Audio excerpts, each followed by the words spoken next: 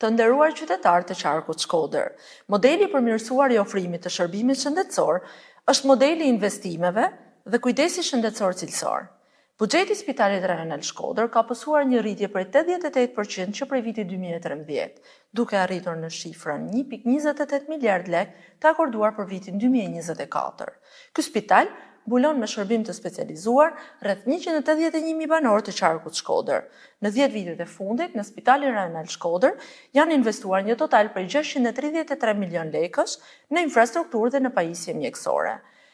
Në vitin 2016, për herë të parë hapet kabineti i hemodinamikës. Rreth 4.000 qytetarë kanë përfituar nga ky shërbim, si dhe nga trajtimet jetëshpëtuese me angioplastik pranë vendbanimit të tyre. Gjithashtu edhe në sistemin shëndetësor parësor ka patur një sër investimesh, ku rreth 35 qendra shëndetësore janë rikonstruktuar në të gjithë qarkun me një investim total prej 178 milion lekësh.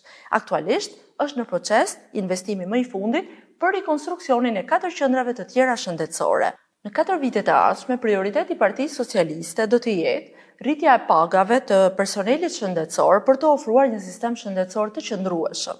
Gjithashtu, përmirësimi i kushteve të punës me infrastrukturë moderne dhe aparatura mjekësore sipas standardeve europiane, për një shërbim shëndetësor dinjitos, cilësor, efikas dhe sa më pranë vendbanimit.